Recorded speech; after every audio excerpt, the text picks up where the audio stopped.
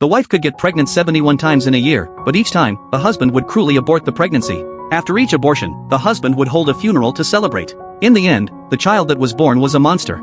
The people around were extremely frightened, but the husband was beaming with joy. Later, the child grew up in confinement, wearing a mask.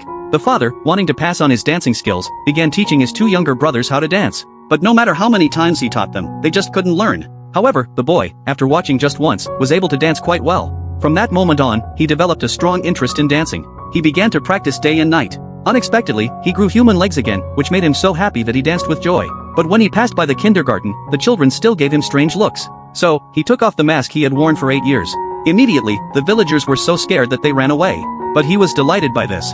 However, during this time, there was a man who showed no expression when he saw the boy's appearance. This was because the man was blind and was also a top-notch musician. Upon hearing this, the boy asked the man to play some music for him, and he danced alone. To everyone's surprise, their performance was incredibly well coordinated. Subsequently, because they had similar experiences, they became close friends. As time went by, the boy's dancing skills improved day by day. Each time he danced, his body gradually returned to human form. Moreover, he could see the spirits of the deceased, and he drew endless inspiration for his dancing from their stories. In order to spread these stories and restore his human form sooner, the two of them performed on a stage that very night. The villagers couldn't help but dance along, and their performance became famous throughout the land.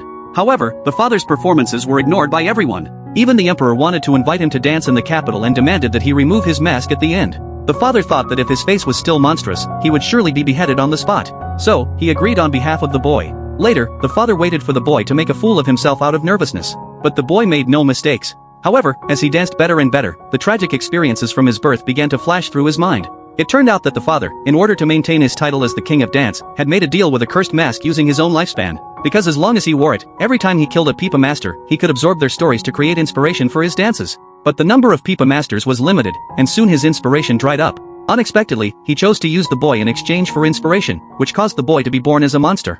So, he asked the cursed mask to kill the boy, but in the next moment, the mask shattered him on the spot. In the end, the moment the boy took off his mask, his face was completely restored, and he earned the title of the king of dance.